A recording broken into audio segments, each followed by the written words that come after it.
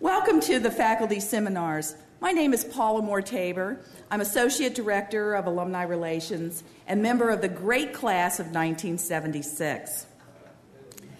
This seminar is entitled The U.S. Safety Net in Recession with Professor Kathy Johnson. Kathy has been teaching at Williams since 1991 and is currently Chair and Professor of Political Science and the W. Ford Schuman Class of 1950 Faculty Fellow in Democratic Studies. Kathy received her BA from Dartmouth College and her PhD from the University of Michigan. Her previous work includes a program and planning analyst at the Department of Health and Social Services for the state of Wisconsin. She was an assistant professor in the Political Science Department of the Robert La Follette Institute of Public Affairs at the University of Wisconsin in Madison. And prior to that, Kathy was a research fellow in governmental studies at the Brookings Institution. Professor Johnson has authored 2 books, the first, Creating Gender, The Sexual Politics of Welfare Policy, and the second, The Dynamics of Conflict Between Bureaucrats and Legislators. She's written countless papers and articles. Her current research focuses on the ways in which children's needs, interests, and rights are advanced and debated in disputes over public policy. Won't you please join me in welcoming Professor Kathy Johnson.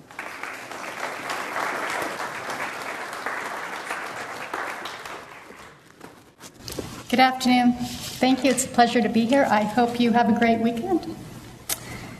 A former president, who at this point in time will remain nameless, and perhaps you can tell me afterwards if you think you know who it is, said in a speech to the nation, "I propose that the federal government build a foundation under the income of every American family with dependent children that cannot care for itself, wherever in America that family may live." The president continued on, "Its benefits would go to the working poor as well as the non-working, to families with dependent children headed by a father, as well as to those headed by a mother, and a basic federal minimum would be provided, the same in every state." These sentences conjure up the notion of one safety net extended to all American citizens equally and fairly. That program was never adopted. Instead, today's commentators, analysts, and political actors frequently refer to a U.S. social safety net as a tattered safety net. The idea conjures up a net that is frayed, worn unintentionally by forces we don't control. It also conjures up the notion of a net that's easily repaired. The analogy isn't a good one because the U.S. social welfare policy is characterized not by one safety net that is tattered, but rather by a series of layered nets.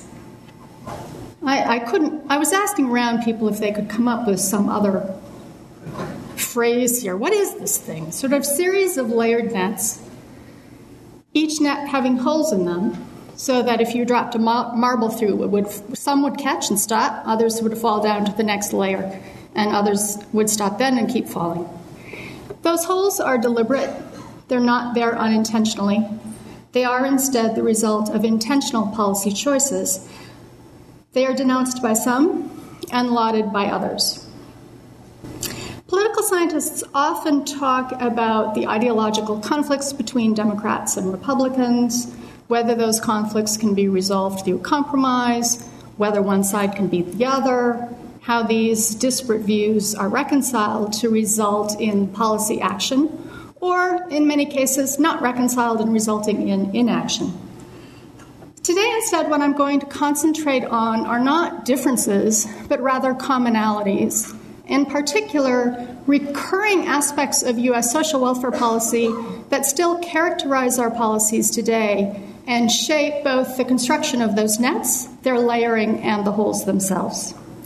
I have 3 main points. The first is that the gender and race-based distinctions that characterized and structured both New Deal labor markets and New Deal policies persist today. New Deal programs were built explicitly on gendered assumptions and race-based distinctions that have given way to programs that are ostensibly race and gender neutral. But gender and race-based outcomes still exist, as women and minorities are more likely to fall through the holes in the layered safety net. Secondly, the system of social welfare policy that we've adopted is heavily influenced by American reluctance to provide relief. And I'm using relief in the classic New Deal understanding as aid to the needy, simply given to them without them having to do something in return. Today we might call it cash assistance, or more commonly we call it welfare. We have American reluctance to eliminate relief, to do away with it, particularly for those we think are able-bodied and should work. Periodically, we adopt policies that are designed to eliminate relief, but relief comes back in some fashion. We hate relief as a group, but relief is relatively inexpensive and easy to administer. Thirdly, our system of social welfare policy places a heavy emphasis on encouraging and rewarding work. Academicians call this a social citizenship that is based on earned benefits rather than universal citizenship for all. In other words, the access to social and economic rights and privileges are earned benefits rather than entitlements given to all citizens. Our efforts in the U.S. to fashion a welfare state centered around work are characterized by confusion, inconsistency, and contradiction. These are centered not only in the ideological debates about the relationships between government and the market, although those debates certainly do exist, but more interesting to me today, I think, is that they are centered in our very lack of understanding about work itself.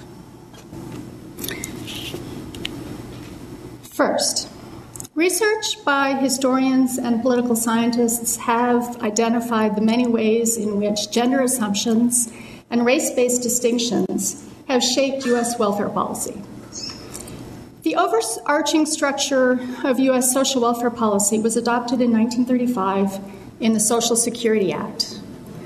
At the time, Social Security Act didn't refer only to old age insurance, but it instead referred to the whole system of safety net that would extend to many, if not all, Americans. The Social Security Act of 1935 established two social insurance programs. One is old age insurance, which we now today refer to commonly as Social Security, and the other was the unemployment compensation program. The Act, though, also established three public assistance programs, which today we commonly call welfare, by providing federal grants to the states to give public assistance to the poor who were aged, blind, and dependent children. Thus, our social welfare policy began with a layered system. We made distinctions between people. Some people were eligible for old age insurance and unemployment insurance. Other people, those who weren't eligible for those two programs, to the extent that they'd be caught by a safety net, would be caught by these public assistance programs. Old age insurance and unemployment insurance were designed for those who worked, or for those who were connected to work, connected to a breadwinner through marriage. Women, for example, who were expected primarily to receive old age insurance because of their connection to a breadwinner, in other words, their husband. Public assistance programs were designed for those not expected to work because of age, disability, or caregiver responsibilities. Gender was one of the main characteristics distinguishing employables, which was the term they used at the time, from unemployables, right? We had a tradition of separate spheres, the sphere of the public sphere, which is characterized by work and competition and was considered to be the sphere of men, and the private sphere of home, family, and caregiving, and that was considered to be the sphere of women. Women who were mothers were not expected to work, and in fact, age-dependent children was adopted to allow single mothers to stay at home and care for their children rather than going out to work and sending their children off to be cared for by others. At the time, people thought that working mothers led to juvenile delinquency. Sometimes I think that just adolescence leads to juvenile delinquency.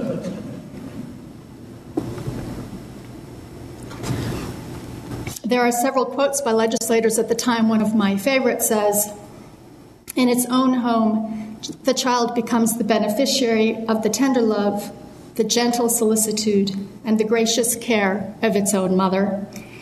Representative Surovich from New York continued on to say that because God could not be everywhere, he created mothers. Men, on the other hand, were expected to work, and they were expected to want to work and try to work year-round full-time. Because they didn't have family responsibilities, or were perceived not to have family responsibilities, caregiving didn't interfere with their employment. Those jobs were done by women. That kind of private sector work or caregiving responsibilities were expected to be done by their wives, so men then could devote themselves full-time year-round to employment.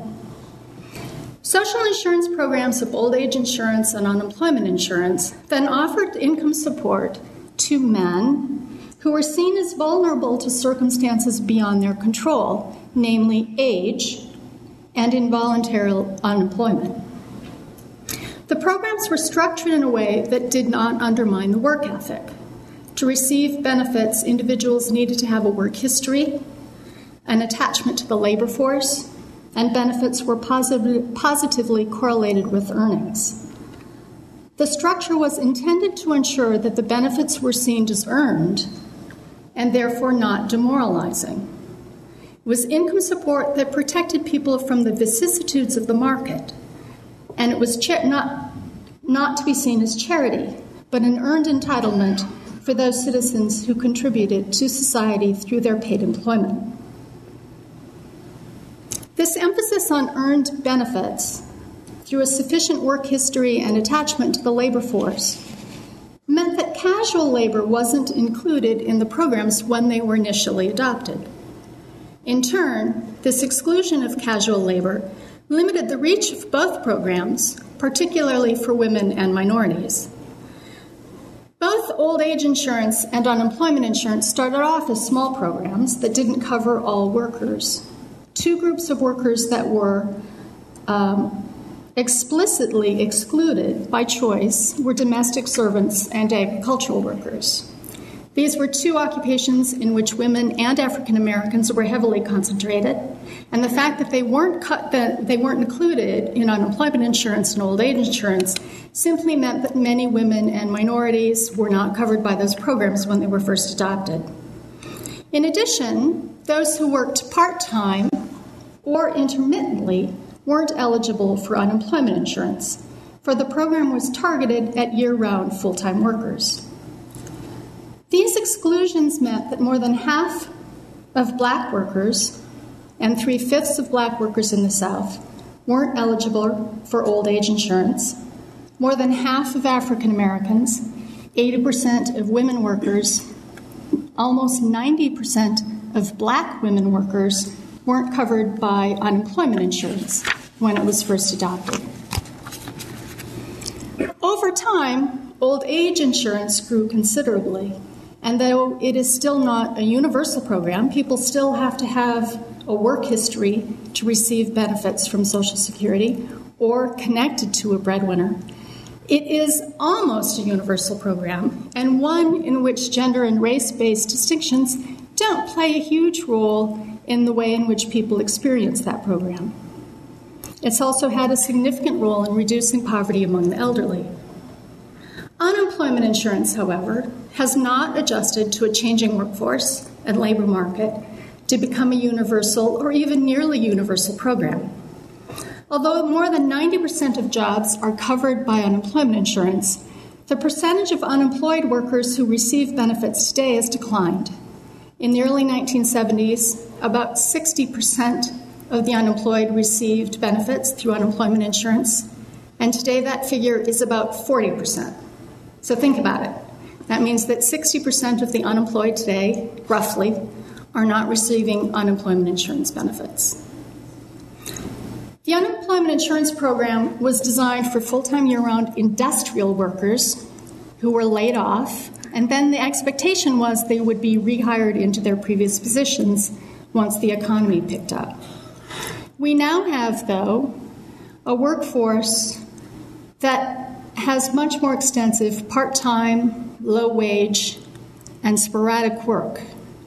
People work part-time, they move in and out of the labor force, they cycle in and out of jobs. So the low-wage labor market is one, if you read the histories of people who have those kinds of jobs, it's a market in which people take a job, stay there for a while, they lose their job, they find another one. So there's sort of cycling in and out. Sometimes people call it churning. Individuals with this kind of work history are especially unlikely to be eligible for unemployment insurance. A study by the U.S. Government Accountability Office found that from 1992 to 2003, the unemployment rate for low-wage workers was twice that for high-wage workers, but only 21% of unemployed low-wage workers received unemployment insurance benefits, compared to 48% for their high-wage counterparts. Because women and minorities are more likely to be low-wage workers, work part-time, and have this intermittent or sporadic work history, women and minorities are therefore less likely to be eligible for and receive unemployment insurance. The unemployment insurance program, because it was designed for men, also didn't recognize caregiving responsibilities. Paid employment by mothers at the time was often considered to be a luxury or a hobby. Some people referred to it as women working for pin money, that they would work to earn some money for a vacation or some kind of luxury good the family wanted, but it really wasn't about providing the necessities for the family. And in fact, sometimes people talked about women's work as though it was like knitting, something you did for fun. Because of that, actually, and this is kind of interesting to me when I started doing this research, when women went to apply for unemployment insurance, if they were married, the expectation often was that it was fraudulent, right? That women were unemployed, they'd lost their job for some reason, but to collect unemployment insurance, a person has to be available and able to work. And the speculation was that wives were lying about that. If they said they were available and able to work, they weren't telling the truth, right? That they really weren't available and able to work, right? Because of their caregiving responsibilities. Still today, it is the case that in many states, leaving a job for family responsibilities to care for a sick or disabled family member because of domestic violence or because of spousal relocation is not considered involuntary. So that if a person leaves a job for any of those reasons, it's considered to be a voluntary quit. This is the language that is used. And if it's a voluntary quit, then an individual is not eligible for unemployment insurance. Unemployment insurance was only for people who lost a job through no fault of their own, and they lost it, they didn't quit, they just lost it. It was involuntary unemployment. Thus, when many people who've lost jobs or quit jobs for family reasons apply for unemployment insurance, they are denied those benefits. The Stimulus Act, the American Recovery and Reinvestment Act, adopted in this late winter, has provisions in it to try to get states to address their unemployment insurance programs and make some expansions. They tend to refer to it as modernizing unemployment insurance. Their proposals aren't new. They've been around since the early 1990s, and some of them aren't controversial, right? One, for example, refers to the period of time that earnings are counted or considered to be eligible for unemployment insurance. Before the age of computers, it took a while for that data to come in, and so they didn't use the most recent quarter. They used the previous quarter and excluded earnings from the most recent quarter. With computers, it's not hard to get data from the most recent quarter. So they're trying to get states to adopt what they call it the alternative base period and use data from the most recent quarter. There's not a lot of fussing about that. The states are saying, fine, yeah, we'll do this. It's hard to argue against. I don't know what principled reason one would come up with to not adopt such a policy. California has come up with an unprincipled reason. They've said they can't update their aged computers system, which, given the state of California's government today, that may well be true. Right? Other provisions are controversial, right? And some state governors have said that they will refuse to make changes in their state law to be eligible for federal funds. The piece that's the most controversial, or the one that's mentioned the most, is the provision that would have states extend unemployment insurance to individuals who worked part-time and then would accept only part-time work. All right? So if people have worked part-time but their earnings still allow them to be eligible for unemployment insurance, in most states, they're eligible if they say they will work full-time. All right? But in more than half of the states, if they say, I am looking only for part-time work, right, then they are not eligible. Right? So the Stimulus Act is trying to get states to shift that, recognizing that many people work part-time, that there's nothing inherently wrong with working part-time, and that working part-time should still allow one to collect unemployment insurance. Right? That is the piece that seems to be generating the most controversy. If you followed this in the news, you would have seen various Republican governors, Jindal from Louisiana, Perry from Texas, saying that they were going to refuse federal funds under these provisions. Because of the structure of unemployment insurance when it was initially adopted in 1935 and the way that it has grown and not grown since then, unemployment insurance, or what many people would think of as the first layer of the safety net, catches some but not all workers. The next layer in the safety net is public assistance, what today we commonly call welfare, what people used to call relief. When depression hit, relief rolls rose rapidly. Relief was shared by state and local governments and by charities. But by 1935, almost 100% of relief came from government and 3/4 from the federal government. It was estimated that more than half of the unemployed received relief at some point. Relief was extended to men, to the able-bodied, to the unemployed, to women. It was extended to everyone at the federal level through the Federal Emergency Relief Administration. But as I said earlier, my second point is that Americans hate relief and constantly want to get rid of it. And one of the goals of the Roosevelt administration, when it pushed for the Social Security Act of 1935, was to eliminate relief. FDR said in January, this continued dependence upon relief induces a spiritual and moral disintegration fundamentally destructive to the national fiber. To dole out relief in this way is to administer a narcotic, a subtle destroyer of the human spirit. Federal government, he went on, must and shall quit this business of relief. The 1935 Social Security Act then grew out of this desire to end relief, and by this what Roosevelt was trying to do was to end relief for able-bodied working men. He wanted to give major responsibility for relief back to the states. The public assistance programs, aid to the aged, the blind, and dependent children, were programs that states had primary responsibility for. They received some federal funds to help them pay for the programs, but they made major decisions about who was eligible and how high their benefits would be. At the time, policy analysts in the Roosevelt administration expected relief to wither away, that was the phrase they used, as the social insurance programs expanded to include widows and their children, the disabled, and more of the elderly.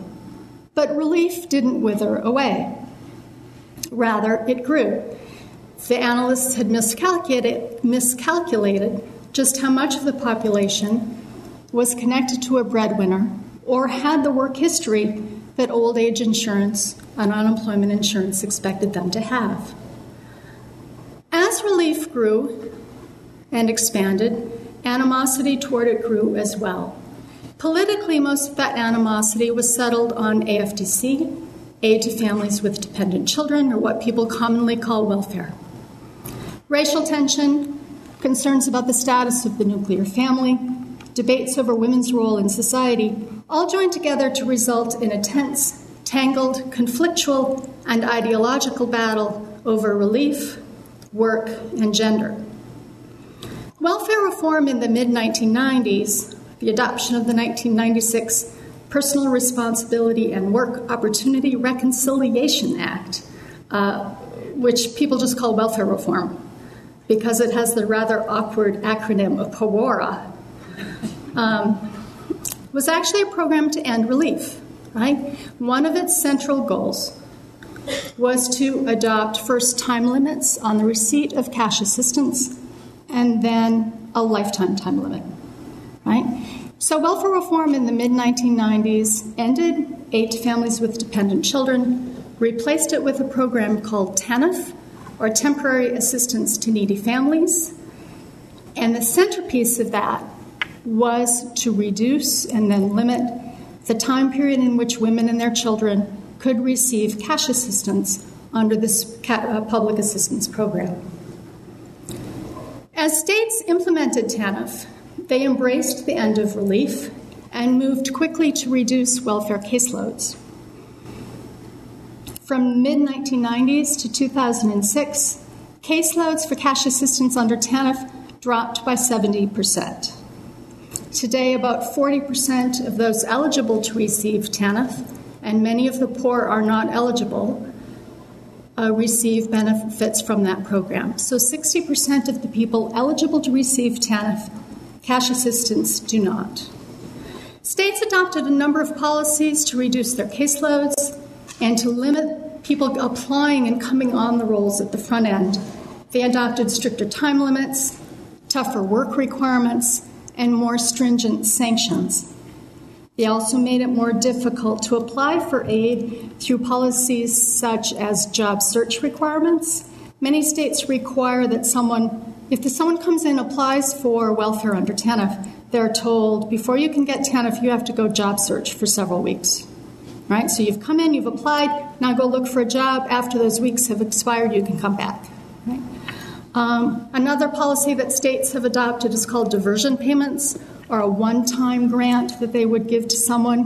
Why did you lose your job? Your car broke down. Okay, here's money, go fix your car. Right? And if people accept those diversion grants, then they agree not to come back and apply for aid for a certain period of time. The attempt to end relief under TANF has been remarkably successful. Right? Those who lauded the desire, who applauded the desire to eliminate welfare dependency, have marked on the success and the rapidity at which this has been achieved. This doesn't really mean, though, that relief has ended. It has simply shifted to another kind of program in another format.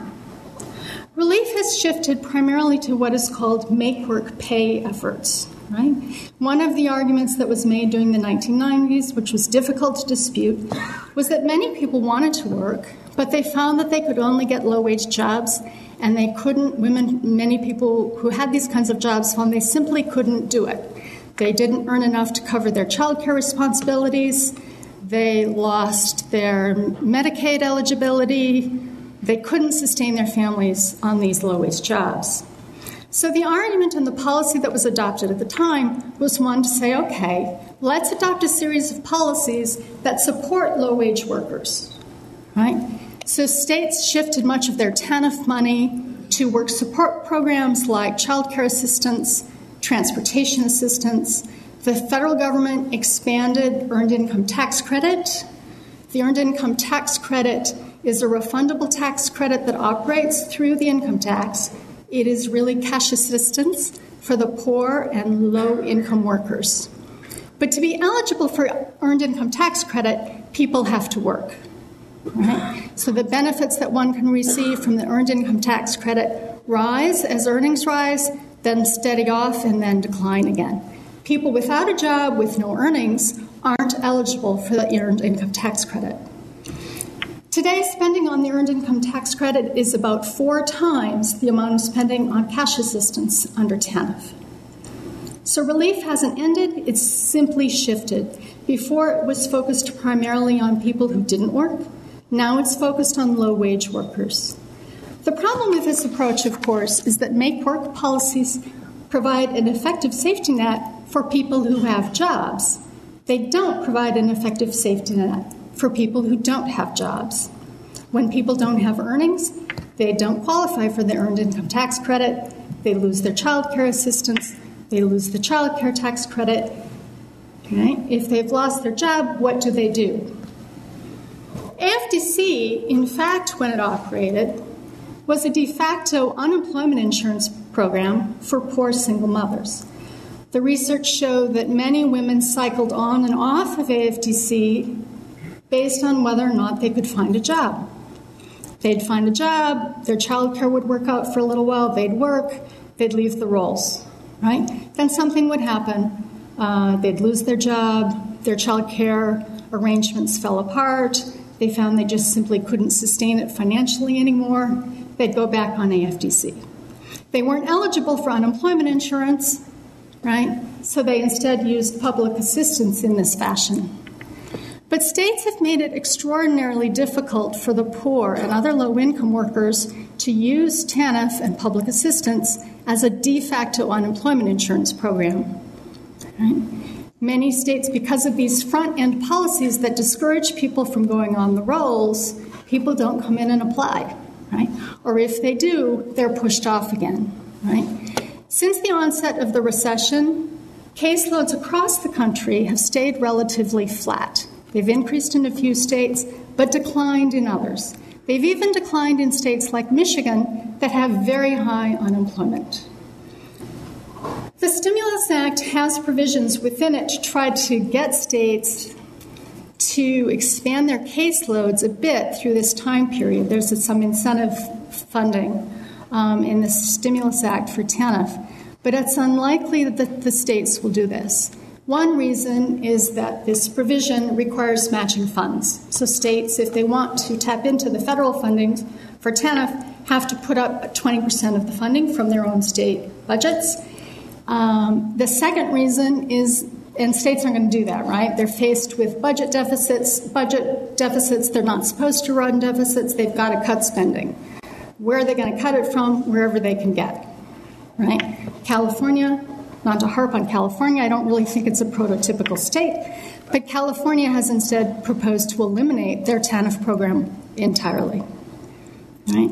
In addition, many of the states have transferred their TANF funds over into other social service programs. Only 1/3 of TANF funding now goes for cash assistance. 2/3 go for work support programs like child care assistance, transportation assistance, and for general social service programs such as substance abuse programs and foster care or other child abuse and child neglect programs. States facing budget crises are unlikely to be willing to pull their TANF money from those programs to put it back into cash assistance. We're faced then with a situation where we have structured a series of safety nets designed around work. Those who have steady, full-time, decent employment with higher wages, when they are laid off, can be eligible for and receive unemployment insurance. Those with sporadic work histories, low wages, part-time employment are less likely to be eligible for unemployment insurance, but in today's world, they're going to have a hard time receiving public assistance. My final point, then, is that the work ethic holds a central place in American national identity, and work plays a critical role in what we understand a good citizen to be. A good citizen is one who cares for him or herself, returns to society, and is independent because of his or her own labor. Despite this, though, U.S. public policy is characterized by ambivalence about work and uncertainty over just what it is that gives work value. What is it that makes work work? And what kind of work do we value? What sort of importance do we place on work? Here I'm I'm going to close just by giving you a series of contradictions and inconsistencies that I find interesting. First, conservatives are usually opposed to public service employment programs. They've resisted efforts to adopt government programs that would provide jobs to all if they couldn't find one in the private sector. But they have trumpeted, on the other hand, workfare programs for the poor, and workfare programs are just another form of public service employment. Liberals tend to oppose workfare programs, partly out of concern that such programs would undermine labor's claims for decent wages, regular work hours, and benefits. Yet liberals have been one of the major voices behind make-work-pay policies such as the Earned Income Tax Credit. And those policies indirectly subsidize employers that don't provide jobs with decent wages, regular work hours, and benefits. These ideological inconsistencies rest in our inchoate ideas about work, what it is, why it's valuable, and for whom it has value. We have a vision of Americans as a nation of individuals who work for dignity, self-expression, exploration, and to contribute to society. Yet we also believe that individuals will not work unless they are required to do so, and that work arises out of the need to avoid destitution. We don't know what is work and what is not work. Under TANF, when mothers care for their own children, that is not considered work worthy of government support. When mothers leave their children in the care of others so that they can go and care for someone else's children, right, then become child care workers and get paid, then it's work. And it satisfies the work requirements under TANF, and it satisfies any other kind of work requirements under programs such as the Earned Income Tax Credit. So then it's work worthy of government support. We don't know why work is valuable or for whom it has value. The best example I can give you here is about a program in New York City in 2000 under Mayor Giuliani that was a welfare to work program.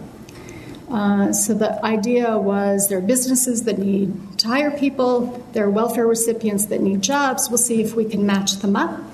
Usually involves subsidized employment, so they would take the welfare grant that the individual might receive, give it to the business, and the business would then use that money to pay the wages of the former welfare recipient. New York was doing this. No one minded it. They thought it was a good idea. But then it came to light that one of the businesses participating in this program was the Psychic Network. And yes, they hired psychics. The spokeswoman for the city's Human Resources Administration said these are good jobs. Pay is relatively high, and for mothers with young children, they can work at home. It's a good job. Citizens complained, though, that the work was fraudulent, right? That psychics basically were just scamming people out of their money, and that the government had no business supporting such a kind of business. The final group that complained, though, was people claiming to be genuine psychics. And their complaint was really interesting to me because what they complained about was that this program undermined the value of their work. They said it takes years of training to be a psychic. You can't just walk off the welfare rolls, talk on the phone, and claim you're a psychic. Right? So they saw the program as one that actually undermined the value of the work they did. Finally, we don't know or can't agree on whether work should meet some kind of minimum set of standards to be acceptable to us. And I'll leave you here with one quote from FDR. And it's hard to imagine any president or presidential candidate today saying this. But FDR said this in June of 1933, so at the heart of the Great Depression. No business which depends for existence on paying less than living wages to workers has any right to continue in this country. By business, I mean the whole of commerce as well as the whole of industry. By workers, I mean all workers, the white-collar class as well as the men in overalls. And by living wages, I mean more than a bare subsistence level. I mean the wages of a decent living. Thank you.